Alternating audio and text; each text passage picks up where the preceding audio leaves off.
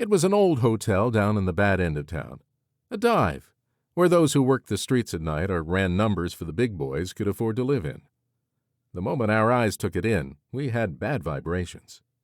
"You thinking what I'm thinking?" the ugly mug of a partner asked me as he unbuttoned his sport jacket casually. "If you're thinking the last scene of Butch Cassidy and the Sundance Kid, then yeah, that's what I'm thinking." A trap.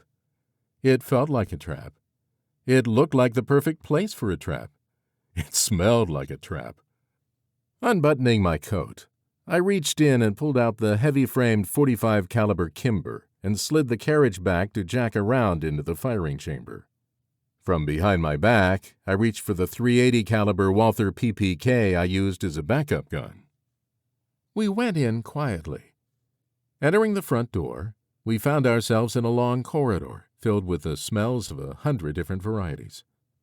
On either side of the corridor was a long stretch of apartment doors, all closed and conspicuously silent. To our left, a set of creaky, ancient-looking stairs that went up to the second floor. As quietly as we could, we went up the stairs, guns drawn, and anticipating the fireworks to begin at any moment. We found the door to apartment 22 partially open. Frank, using the muzzle of his 9mm Glock, pushed the door open further, while I stood in the hall, my back to him, waiting for someone to step out from one of the apartments with a gun in his hand. "Davy's dead," Frank growled behind me. "Just happened. He's still bleeding, and can you smell the cordite?"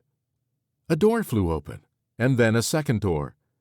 2 guys stepped out into the hall with Uzis in their hands. The hallway erupted in gunfire.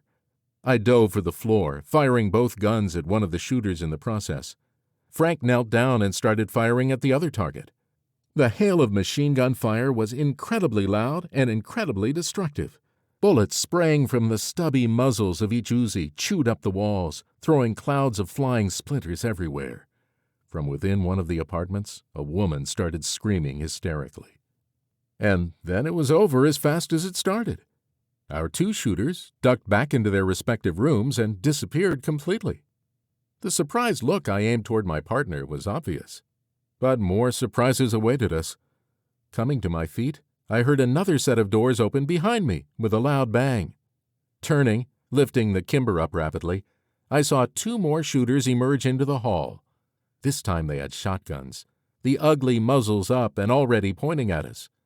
But before I had time to move, before Frank had time to turn, gunfire erupted, and I saw the 2 shooters stagger back from being hit by multiple rounds. Surprised at this unexpected rescue, I turned to see who our saviors were.